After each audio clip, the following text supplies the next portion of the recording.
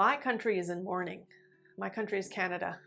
Today we're going to explore disenfranchised grief, and then we're going to talk about how Canada's history of residential schools have created a nation's disenfranchised grief. If learning about all things grief is important to you, then please subscribe to our channel and turn on the notifications so that you'll know every time we're talking about a different aspect of grief. Also, please share this channel with anyone who you think might benefit. I'm inviting one and all to join this Grievolution community so that we can do grief differently. My name is JoMcRogers, and I'm a social worker who has dedicated many years in my private practice to supporting people's grief. I think that it is so important that we explore how to do grief differently. As a social worker who has seen, experienced, and supported so many different types of grief, I have to say that one of the trickiest types of grief is disenfranchised grief. Today we're going to explore what that means, and at the end we're also going to talk about, while disenfranchised grief is so complicated, it's also very doable.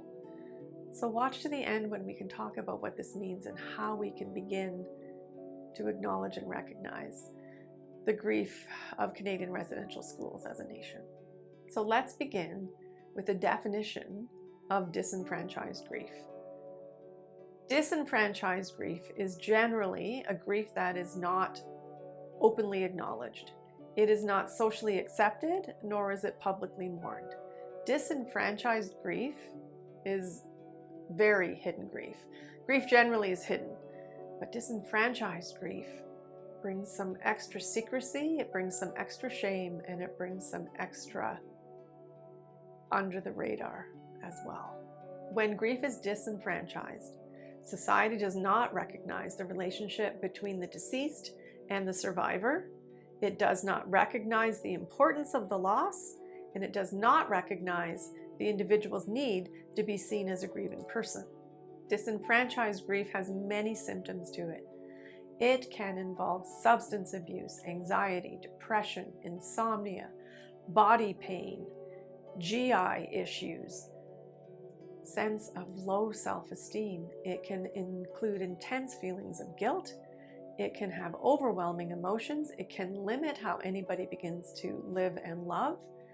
It can involve large mood swings, and it can involve difficulty concentrating.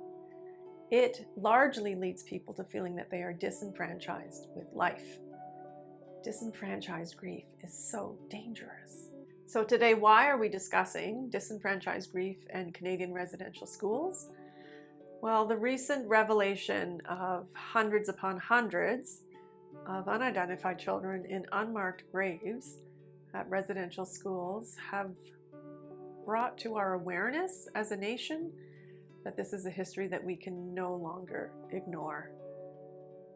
Canadian residential schools have literally left lives and deaths, community, culture, souls, identity, truths, testimony, and generations literally buried without being seen, having been diminished, and largely having been denied that they ever existed. This is the disenfranchised grief of our Canadian residential school history. Canada now needs to own and recognize this disenfranchised grief. The truth of this grief resides in these children's bodies. This disenfranchised grief exists in both the past, the present, and the future. It resides in the past in terms of the immediate personal losses that parents and children both experienced. It resides in communities reeling from being told that their ways don't matter. It resides in generations of communities that had no children, for they were taken away to attend the residential schools. This disenfranchised grief relies in the present. It is carrying decades of unrecognized grief. It is carrying the lack of role models as to how to parent or how to be parented or how to be a child. It carries a sense of that it's not safe to be who you are. This disenfranchised grief resides in the future because it talks about the legacy of loss without reconciliation or justice yet. I found this video really difficult to make. You can see my watery eyes. So I know that this is a highly emotional topic. So if there's anything that's important to you or that you feel you need to say, please leave a comment below and I will individually answer.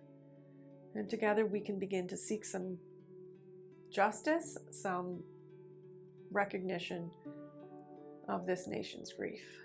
The goal of successful grief resolution is to be able to establish emotional equilibrium. But when the grief is disenfranchised, when it is not seen, when we withhold affirmations of a person's grief, then the importance of the loss or the needs of the griever do not simply go away. Instead, they begin to increase. They compound, as well as getting buried deeper and deeper. So it's so important that at this time, as children's bodies are being discovered, we need to also begin to see the grief that this community holds. So how do we begin to identify, recognize, validate disenfranchised grief? What's important here is that the grief of the residential school experience needs to be seen, it needs to be honored, it needs to be validated widely across the country. Because through those actions, only then can we begin to honor what's been lost and what we can begin to offer back. Minimally, grief needs to be seen. Ideally, it needs to be seen in real time. We've missed that mark. Grief nor justice have a timeline. So I'm asking now for our country to begin to see this grief, because only then can we begin to support this grief. In the description of this video, I've included all kinds of links where you might be able to take some action, send some thoughts, send financial donations, begin to see the grief, the disenfranchised grief of Canadian residential school survivors, communities, and our nation as a whole that needs to own this. So please have a look at the links and decide for yourself what feels right in terms of how you begin to see this grief, how you begin to recognize. Those are the pathways to taking this disenfranchised grief into the realm of real grief.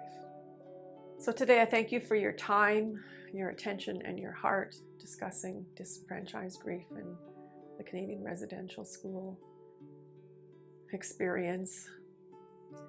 Many people are asking for them not to be called schools because they were in fact institutions. Please ask for accountability. Please demand reconciliation.